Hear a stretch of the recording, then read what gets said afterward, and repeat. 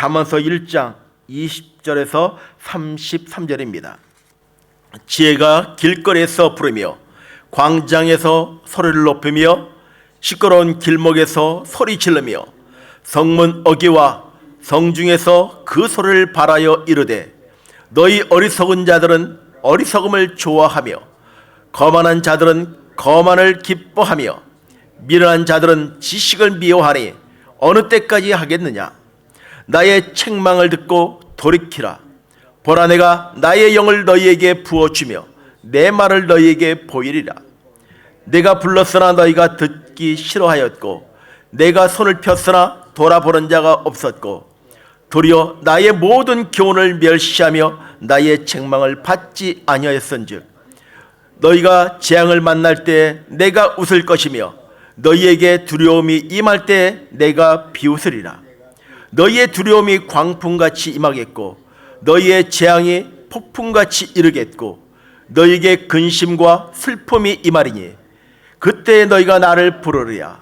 그래도 내가 대답하지 아니하겠고 부르니 나를 찾으리라.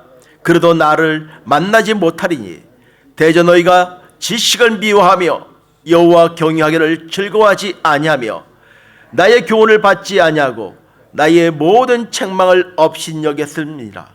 그러므로 자기 행위를 열매를 먹으며 자기 꾀에 배부르리라. 어리석은 자의 태번은 자기를 죽이며 미련한 자의 안일은 자기를 멸망시키려니와 오직 내 말을 듣는 자는 평안히 살며 재앙의 두려움이 없이 안전하리라. 아멘. 오늘 저는 어리석은 자라는 제목으로 함께 말씀을 나누길 원합니다. 옛말에 버스가 떠난 뒤에 손을 흔들어봤자 소용이 없다는 말이 있습니다. 이 말은 기회가 있을 때 잡아야 하고 그 기회를 놓치면 안 된다는 것입니다. 어리석은 사람은 교만이 가득하여 그 기회를 놓친다는 것입니다. 도둑질을 하면 어떻게 된다는 것을 너무나도 잘 아는 전과자가 또다시 도둑질을 하고 마약을 먹으면 안 된다는 것을 알면서도 마약에 손을 떼지 못하여 폐인으로 죽어가는 사람도 보게 됩니다. 어리석은 사람들은 아무리 그 귀의 진리를 들려줘도 깨닫지 못하는 이런 사람들에게 과연 무슨 말을 전해야 할까?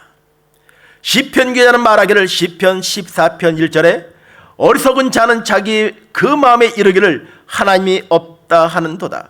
그들은 부패하고 그 행실이 가증하니 선을 행하는 자가 없도다. 하나님을 부인하는 무신론자가 얼마나 어리석은 사람인가를 말씀하여 주고 있는 것입니다. 그러나 어리석은 사람이 무신론자들에게만 있는 것이 아니라는 것입니다. 교회에 다니며 신앙생활을 한다고 하는 그 사람들 중에도 어리석은 사람들이 참으로 많다는 것입니다. 오늘 성경 말씀에 이런 어리석은 사람들의 모습을 구체적으로 제시하여 주고 있습니다. 왜 이런 사람들이 어리석은 사람인가?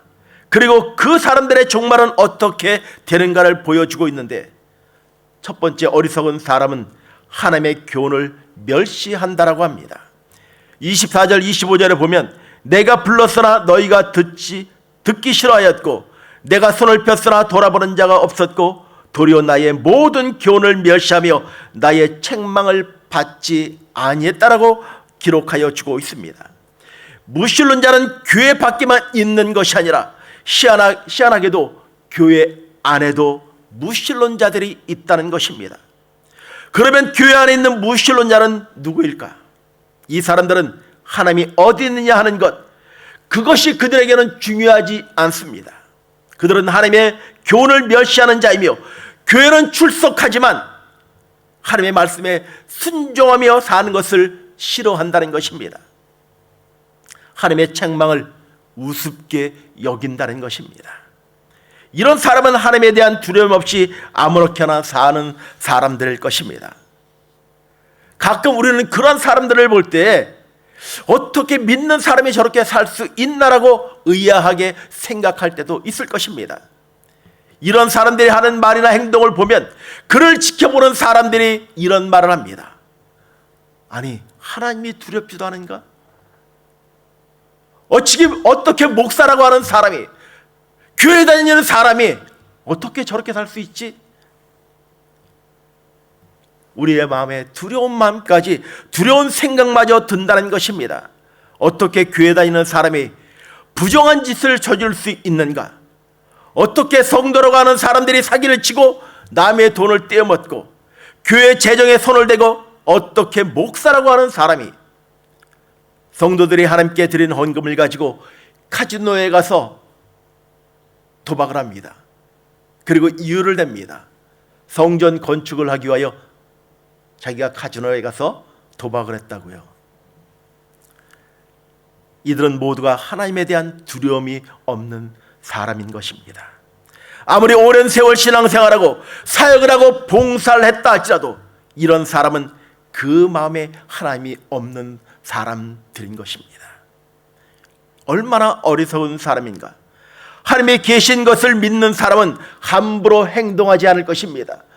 정말 하나님이 나의 삶 가운데 하고 있는 그 고백이 있는 사람들은 말하는 것들과 행동하는 것, 그 모든 것들에 대한 두려움과 떨림이 있을 것입니다. 하나님 사랑합니다라고 진심으로 고백하는 사람은 감히 절대로 양심의 가책 받는 일을 하지 못할 것입니다. 사람의 이목이 두려운 것도 중요하지만 우리는 하나님 앞에 부끄러움 없는 삶을 살아야 할 것입니다. 또한 이런 사람은 하나님의 능력을 믿지 못하기 때문에 어려움을 당할 때마다 쉽게 낙심을 합니다. 사람은 고난과 시련을 겪어보아야 그 믿음을 알 수가 있는 것 같습니다.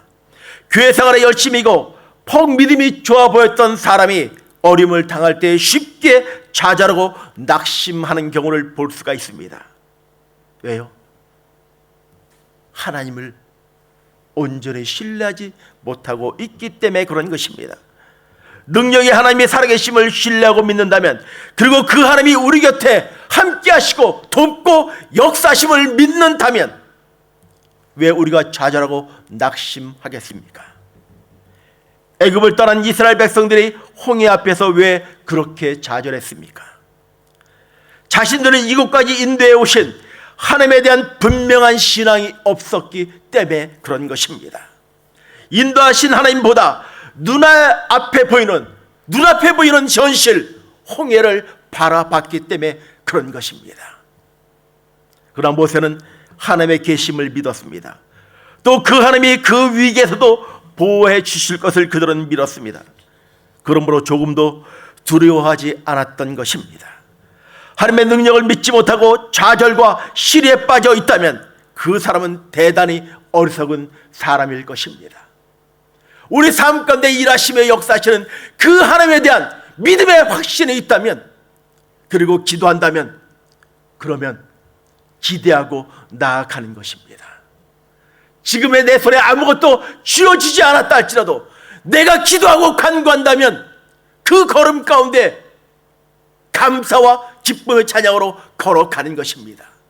이것이 바로 믿는 백성들의 삶의 모습일 것입니다. 하나님, 내가 당신을 신뢰합니다. 어느 때인지는 모르지만 하나님의 나를 인도하실 그 하나님을 기대하는 그 고백이 있는 사람들.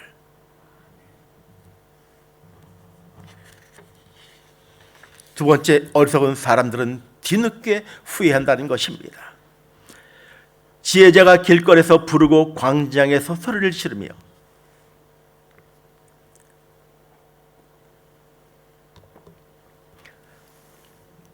지혜자가 길거리에서 부르고 광장에서 소리 높이며 성문 어귀와 길목에서 소리를 지르기를 언제까지 이렇게 살겠느냐라고 책망을 하여도 23절의 나이에 책망을 듣고 돌이키려 하여도 교훈을 멸시하고 못 들은 채 한다는 것입니다. 길거리에서 예수천당 불신제옥을 외쳐도, 예수천당 불신제옥을 외쳐도 깨닫는 자가 없다는 것입니다. 예수 안에 생명이 있고 영생이 있다, 외치지만 어리석은 사람은 자기의 갈 길로 간다는 것입니다. 그러나 뒤늦게 후회하는데 왜요? 27절에 보면 너희의 두려움이 광풍과 같이 임하겠고 너희의 재앙이 폭풍같이 이르겠고 너희에게 근심과 슬픔이 임하리니. 두려움이 광풍같이 임한 후에 재앙이 폭풍같이 임하고 나니 그때 하차하고 후회한다는 것입니다. 근심과 슬픔이 닥쳐오니 그제야 후회한다는 것입니다. 그러나 그때는 이미 늦었고 후회하여 본들 소용이 없다는 것입니다. 고린도서 6장 2절 하반절에 보면 보라 지금은 은혜 받을 만한 때요 보라 지금은 구원의 날이로다. 제가 시드니 순복음교회 사역한 지 얼마 되질 않았습니다. 그런데 우리 성도님들의 모습을 보면서 같이 신앙생활하면서 참 많은 은혜를 봅니다. 은혜를 받습니다.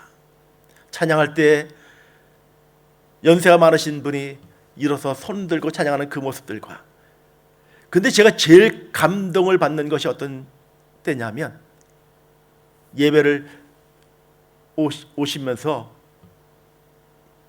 당신의 몸을 지탱하기도 어려움에도 불구하고 비탈길을 이렇게 올라오시는 그 모습을 보면 정말 참 은혜가 돼요. 어저께도 우리 박호영 전사님과 이야기를 나누면서 그런 얘기를, 박호영 전사님이 저에게 그런 얘기를 하시더라고요. 그 말이 제 마음 가운데 가게 찡하게 다가오더라고요. 목사님, 우리 교회 어르신들은 생명이 붙어 있는 그 순간까지 예배를 사모한다고 하는 그 이야기를 저에게 주시더라고요. 정말 그런 것 같다고. 그 예배의 자리에 와서 하나님을 만나고 싶은 그 사모함 때문에 당신 몸 거동도 불편함에도 올라오시는 그 모습들, 사모함에 오시는 그 모습들, 과연 이 사람이, 이분이, 이 권사님이 어리석은 분일까요? 보라 지금은 은혜 받을 만한 때요 보라 지금은 구원의 날이로다. 사랑하는 성도 여러분, 모든 일에는 때가 있습니다. 어리석은 사람은 그 기회를 놓치고 나서 때늦은 후회를 한다는 것입니다. 기회를 놓치고 나서 아무리 후회한들 소용이 없다는 것입니다. 무엇을 심든지 심은 대로 거두는 것이 자연의 이치이며 하나님의 법칙인 것입니다. 31절에 그러므로 자기의 행위의 열매를 먹으며 자기 꾀에 배부른다라고 합니다. 결국 자기의 행위를 먹는다, 자기를 죽이고 만다는 것입니다. 어느 젊은 두 여자가 있었습니다. 아파트에서 잠을 자다가 그 아파트의 불길로 인하여 그 두 자매가 숨을 거두게 됩니다. 그들은 집에 성능이 좋은 화재 탐지기가 설치되어 있었는데 작동을 하지 않았습니다. 왜냐고요? 전날 밤에 파티가 열리는 동안에 누군가가 안전장치를 작동하지 않도록 놔놓았기 때문에 그런 것입니다.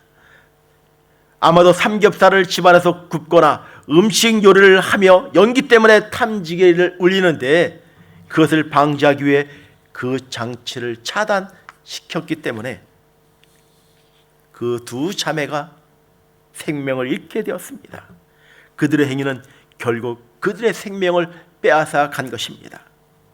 사랑하는 성도 여러분, 하나님께서 둔감한 우리를 깨우치기 위하여 화재 탐지기처럼 성령을 우리에게 보내주셨습니다. 성령께서는 거짓 경보를 울리지 않으십니다.